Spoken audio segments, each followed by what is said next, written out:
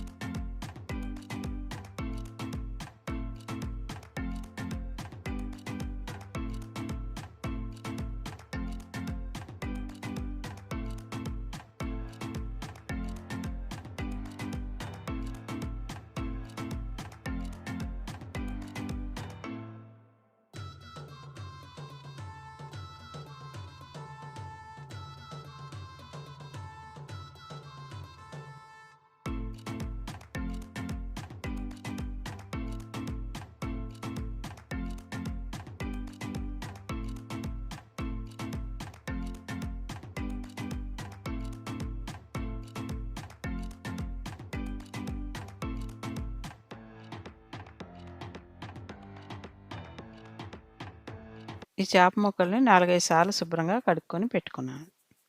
కడాయి పెట్టుకొని తగినంత నూనె పోసుకొని ఉల్లిపాయ, పచ్చిమిరపకాయ ముక్కలు సన్నగా తరుక్కున్నవి అందులో వేసుకోవాలి. నేనైతే ఒక ఉల్లిపాయ, 4 పచ్చిమిరపకాయలు తీసుకున్నాను.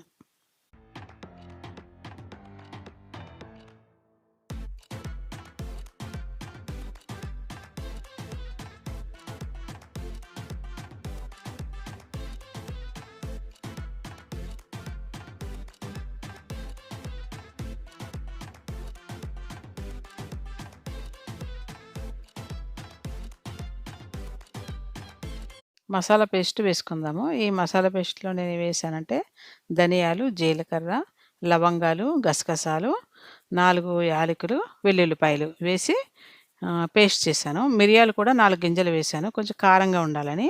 దీంట్లోకి ఏంటంటే మనం కొంచెం ఎక్కువ 2 స్పూన్లు గసగసాలు వేశాను. ఎక్కువ వేశాననమాట. అంటే ధనియాలు 1 స్పూను, జీలకర్ర హాఫ్ స్పూను ఏస్తే ఇది మాత్రం 2 స్పూన్లు వేశాను గసగసాలు.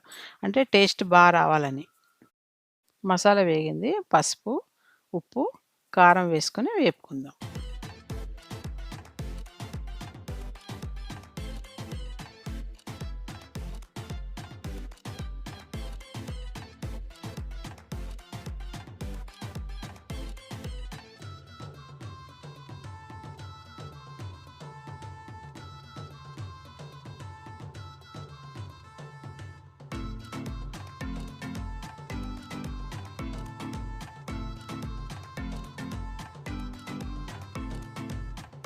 ఈ చేప ముక్కలు కడుక్కున్నాక ఒక స్పూన్ కారము, హాఫ్ స్పూన్ ఉప్పు వేసి కలిపి పెట్టాను.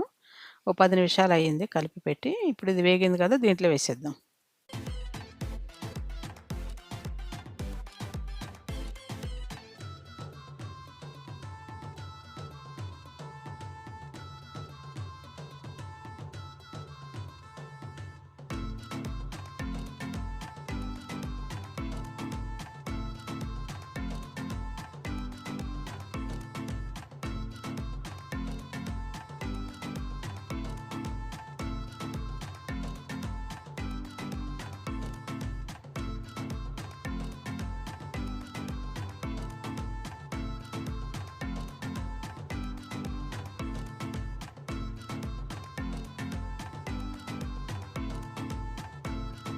హాఫ్ గ్లాస్ వాటర్ వేసుకొని కలిపి గరిటెతో వెంటనే మూత పెట్టేసుకుందాం.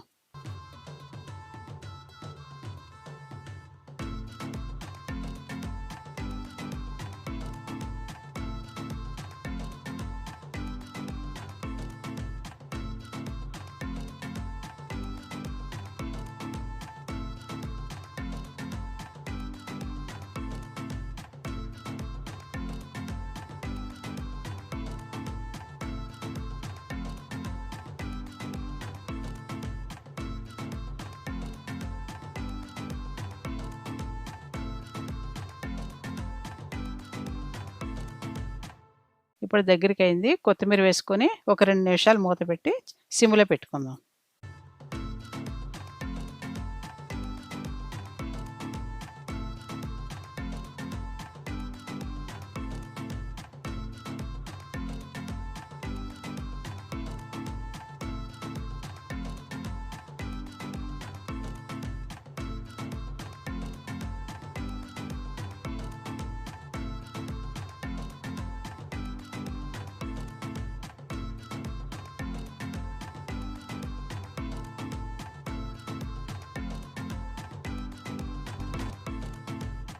కూర దగ్గరికయిపోయింది. ఇప్పుడు స్టవ్ ఆఫ్ చేసుకుందాం. ఈ ఇసుకదందులు గోదావరిలోనే దొరుకుతాయి ఇవి. ఆ గోదావరి చుట్టుపక్కల ఉన్న వాళ్ళకి బాగా ఫ్రెష్‌గా ఉంటాయి. మేము కూడా ఫ్రెష్‌యి తీసుకొచ్చాము. వండాను. చాలా టేస్ట్‌గా ఉంటది ఇది. మేము అస్తమానం వండుకుంటూనే ఉంటాము. ఇవి చిన్న పిల్లలకి కూడా పెట్టొచ్చు. ఎందుకంటే అది చాలా చికెన్ ముక్కలాగా గట్టిగా ఉంటది. అన్ని చేపల్లాగా మెత్తగా ఉండదది. ముల్లు కూడా చాలా మెత్తటి ముల్లుంటది. ఒకటే ముల్లుంటది. అది తీసి పిల్లలకి చక్కగా తినిపించొచ్చు. చాలా మంచిది కూడా ఆరోగ్యానికి.